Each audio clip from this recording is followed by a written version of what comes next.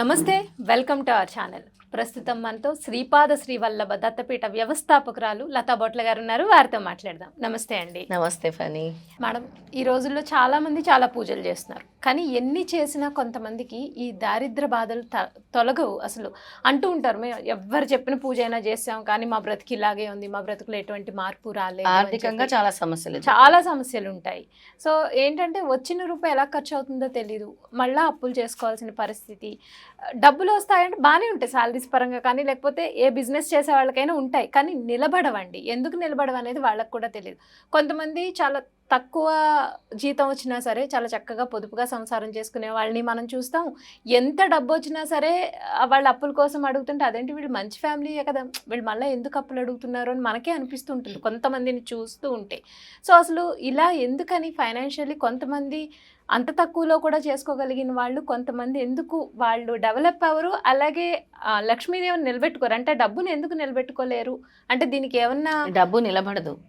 ఎందుకు నిలబడదు అంటే శుక్రగ్రహం కూడా డబ్బుకి ఒక కారణమే. శుక్రుడు గ్రహాలు కూడా దీని మీద ప్రభావం చూపిస్తూ ఉంటాయి. ఓకే, శుక్రగ్రహం అంటే ఎవరో కాదు, నీ ఇంట్లో ఉండే నీ భార్య. నీ భార్యని నువ్వు ఎప్పుడైతే చక్కగా చూసుకోవో, నీ భార్యకి ఎప్పుడైతే నువ్వు విలువ ఇవ్వవో, నీ భార్యని ఎప్పుడైతే నువ్వు దూషిస్తావో, ప్రతిరోజు నీ భార్యని ఏడిపిస్తూ ఉంటావో, అలాగని భార్యలు కూడా భర్తలను ఏడిపించే వాళ్ళు కూడా ఉంటారండి. అలాగే అంటే శుక్రగ్రహం ఆర్థికంగా నిలదొక్కోవాలంటే ముందు ఇంట్లో ఉండే స్త్రీలని చక్కగా చూసుకోవాలి. ఆ స్త్రీలకి ఏదో ఒక చిన్నదైనా సరే, ఇప్పుడు మనకు పూర్వం పెద్దవాళ్ళు చెప్పేవారు ఏమని, పువ్వులు తెచ్చివు, గాజులు తెచ్చివు. అవునవును, గుర్తుందా? భర్త పువ్వులు తెచ్చి ఇస్తూ ఉండేవారు. అలా పువ్వులు ఇవ్వటము, తర్వాత గాజులు తీసుకొచ్చి ఇవ్వటము, లేదంటే పర్ఫ్యూమ్ ఇవ్వటము చిన్నది. దానివల్ల శుక్రగ్రహం యోగిస్తుంది. దానివల్ల ఆర్థికంగా అంటే ఈ రెమెడీతో అవుతుందా అంటే ఖచ్చితంగా అవుతుంది. ఇది ఒక్క రెమెడీ అని మనం చెప్పము. ఇది పెద్దవాళ్ళు చెప్పిన దానికి ప్రతి దానికి కూడా రీజన్స్ ఉంటాయి, గ్రహాల అనుకూలతలు కూడా ఉంటాయి. దీనికి తోడు నీ ఇంట్లో ఆడపిల్లలు ఉన్నా కూడా అబ్బాయిలను ఒక రకంగా చూస్తారు, నీకు పుట్టిన పిల్లని ఒక రకంగా ట్రీట్ చేస్తారు.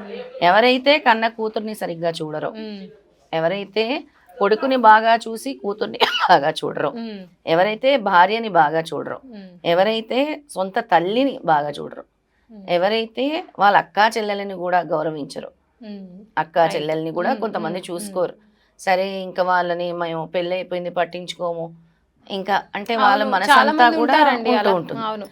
అలా ఇదంతా కూడా ఈ శుక్రగ్రహానికి సంబంధించి.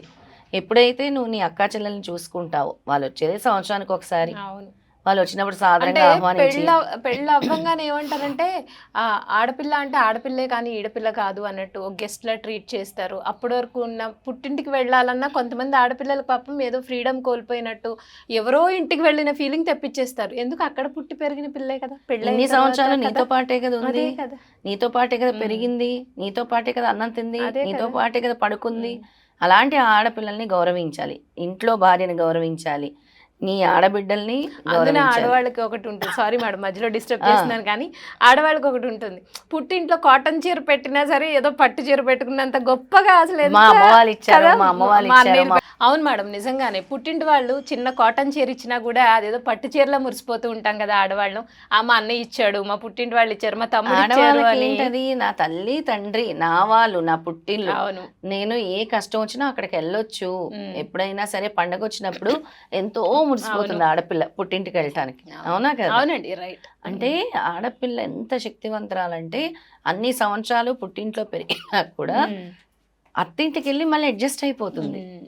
అదే అబ్బాయిని వెళ్ళి ఉండమనండి, కరెక్ట్, చాలా కష్టం కదా. అది ఆడపిల్లకి సాధ్యమవుతుంది.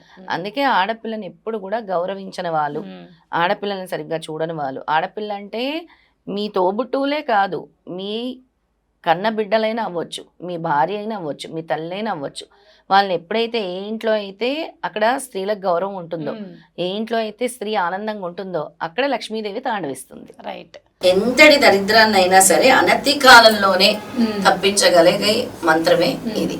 ఓం హ్రీం త్రిభువన పాలినే మహాలక్ష్మి అస్మాకం దారిద్రం నాశయ నాశయ ప్రచురం ధనం మే దేహి దేహి క్లీం హ్రీం శ్రీం ఓం.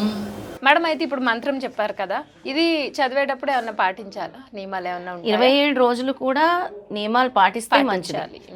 నాన్ వెజిటేరియన్ తినకుండా అమ్మవారి కోసము ఈ మంత్రం సిద్ధించాలి కదా.